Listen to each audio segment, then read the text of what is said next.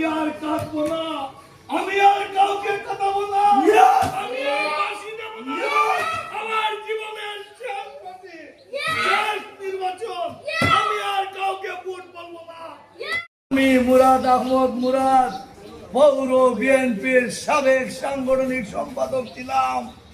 জাতীয়তাবাদী ছাত্র দলের রাজনীতি থেকে আমি মুরাদ আহমদের জন্ম, আমার মৃত্যু হবে বিএনপি নাম নিয়ে। আমি এখান দিয়ে 42 বছর ধরে আমি রাস্তায় রাস্তায় কাঁদছি, আমার কান্না গ্রহণ করো। সবাইকে আমি আহ্বান করছি, আমাকে একটিবারের জন্য ভোট দেন। আমি আর দ্বিতীয়বার আর কাউকে ভোট বলবো না। আমার জীবনের শেষ ভোট, শেষ বাঁশি, আমি আর বাঁশি বাজাবো না, কাউকে আর যন্ত্রণা দেব না।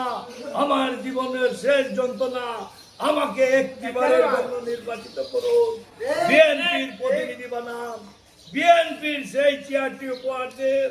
আমি উন্নয়নের বন্যা বেশিয়ে দেব। আমি খালেদা জিয়ার নামের গেঞ্জি ছাপাইয়া আনছি, মা খালেদার, এবং আমার সমস্ত কুলৌড় উপজেলাতে আমার গেঞ্জি অকল যাইব। আমাকে নির্বাচিত করুন, আমাকে একটিবারের জন্য চেয়ারটি উপহার দেন। আমি মুরাদ কোনো পিঁপড়ার ক্ষতি করি নাই।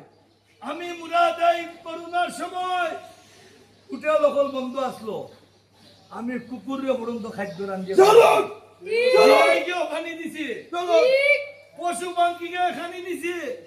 বন্যার সময় মানুষের পাশে ছিলাম, আগামীতেও থাকবো।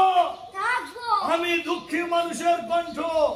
দেশ নেত্রী বেগম খালেদা জিয়ার নামে একটি মসজিদ নির্মাণ করব, এবং আমি মুরাদ এতিমখানা করিয়া দেশ নেত্রীর নামে এটা মন্দিরই তৈরি করিও 100 কর্ম সমস্ত মানুষের আশা আকাঙ্ক্ষার প্রতিফলন উন্নয়নের বন্যা কুলৌড়ায় বসিয়ে দেব।